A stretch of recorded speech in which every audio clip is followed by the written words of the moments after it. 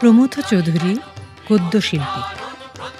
বীরবল ছদ্মনামে পরিচিত যুগান্তকারী সাহিত্য সাময়িকী সবুজপত্রের সম্পাদক প্রমথ চৌধুরী ২০ শতকের প্রথমার্ধ জুড়েই বাংলা সাহিত্যে ছিলেন অত্যন্ত প্রভাবশালী এক লেখক।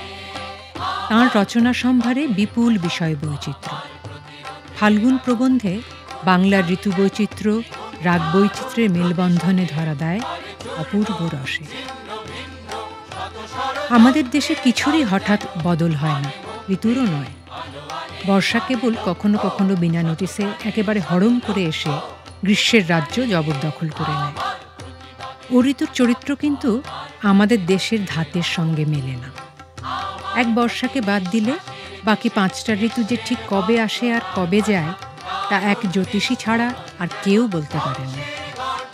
আমাদের ৬ রাগের মধ্যে এক মেঘ ছাড়া আর ৫টা যেমন এক সুর থেকে আরেকটিতে বেমালুমভাবে গড়িয়ে যায়, আমাদের স্বদেশী পঞ্চঋতুও তেমনি ভূমিষ্ঠ হয় গোপনে, ক্রমবিকশিত হয় অলক্ষিতে, ক্রমবিলীন হয় পর ঋতুতে।